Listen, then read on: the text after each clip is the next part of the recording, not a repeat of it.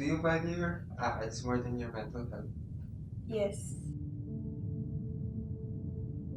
What did it cost you?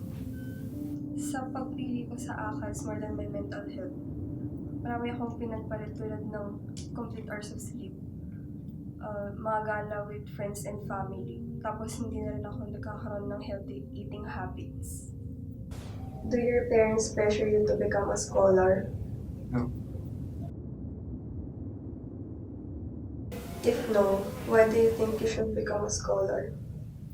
Mm, I think I should become a scholar kasi coming from a not so wealthy family and being the only son, feeling ko obligation ko na maging successful and may pressure siya sa part ko yun.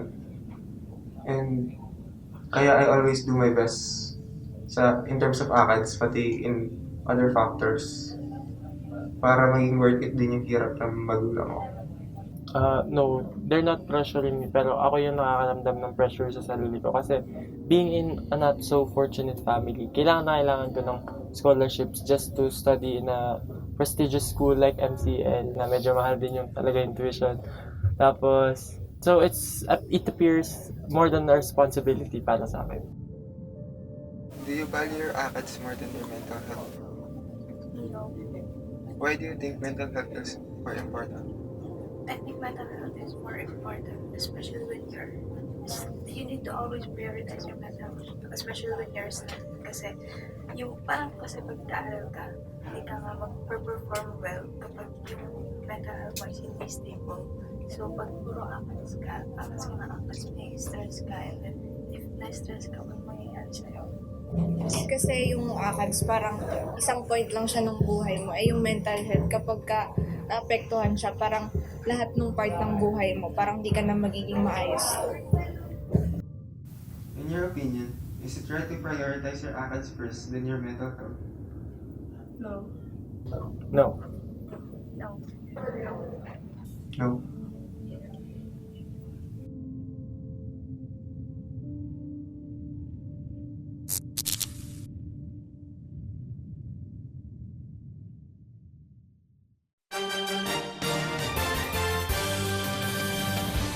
Tonight, new concerns about the mental health of college students on campuses all over the country.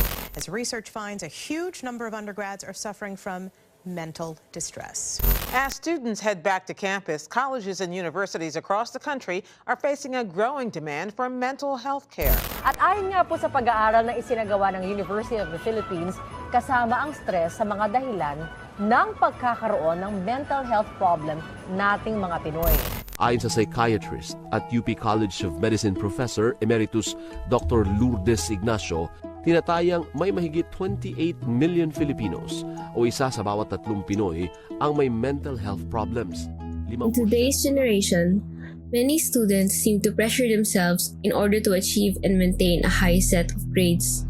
The problem is that students, no matter what year they're in, value their grades more than their own mental health.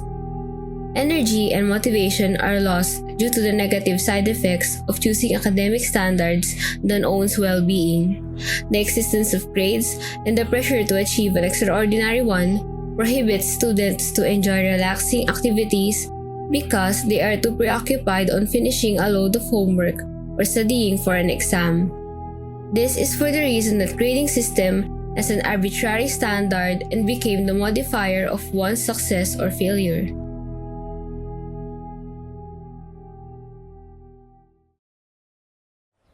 So, junior high school, grade 7 hanggang grade 10, kasama ako sa top 3. Tapos, nung senior high school naman, 11 and 12, kasama din sa academic achiever. Tapos yun, nakagraduate ng senior high na with honors.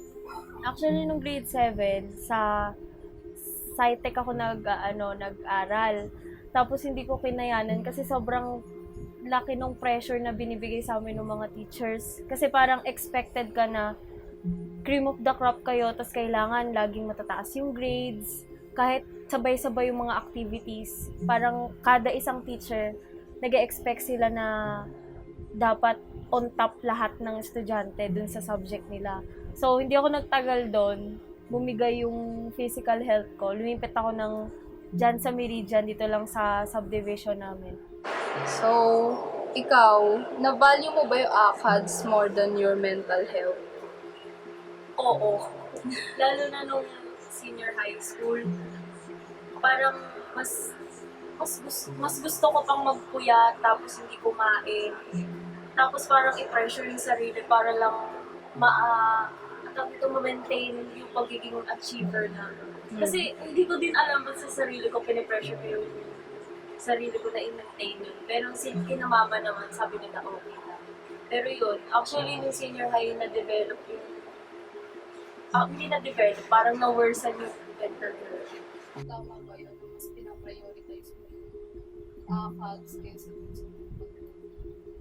noon, mas iniisip ko, oo, parang importante na ACADS muna bago mental health. Tapos habang tumatagal, syempre, yung epekto nun sa katawan ko, hindi lang mentally, kundi physically, humina yung katawan ko, lagi ako na hospital, naka-confine. So, yung dun ko pa lang naisip na mas mahalagang i-prioritize yung mental health. Actually, hindi lang mental health yung physical health mo over ACADS. Kasi, ano namang gagawin mo sa mga medals and certificate kung ikaw sa sarili mo, hindi mo siya makukuha physically. Kasi nga, naka-confine ka.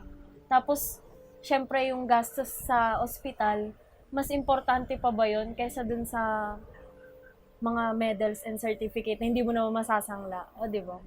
Ang masasabi ko lang sa kanila is isipin nila yung magiging effects ng mga ginagawa nila sa sarili nila na pagpupuyat, hindi pagkain, tas yung pag-pressure sa sarili in the future. Kasi, kumbaga ngayon iniisip lang natin, paano pag bumagsak ako, ganun. Well, part naman ng buhay yon yung pag-fail. And ano naman kung bumagsak ka, edi pagbagsak mo, bangon ulit, ulitin mo siya. And doon naman kasi tayo natututo dun sa mga pagkakamali and mga failures natin sa buhay. So ako ngayon, yun na yung iniisip ko. Kesa na i-pressure ko yung sarili ko at i-push na hindi ko na naman nakaya. Schools should provide a healthy and secure learning environment, not a threatening pressure to its students to better cope up with the system and adapt it rather than getting emotional breakdowns and getting psychological problems. Problems like stress, depression, and anxiety result from students who push themselves too hard. It's alright to prioritize academic responsibilities to achieve good grades at some point, but it's not okay to sacrifice health over these responsibilities. In the end, health should always be the number one priority. Life is not a race. Don't pressure yourself. It is okay to take rest. Stop procrastinating. There are still a lot of chances. Do things at your own pace. Grades do not define success. Don't give up. Don't be too harsh on yourself. Hindi naman kasi importante yung grades, medals, awards. Kasi pagdating ng araw, pagka-graduate ng bata, kumbaga, sarili niya pa rin ang, ibig ko sabihin, sarili niya pa rin ang imo-motivate niya para maabot niya yung success. Iba nang kasi ngayon yung sistema ng pag-aaral. Mental wellness over academic stress.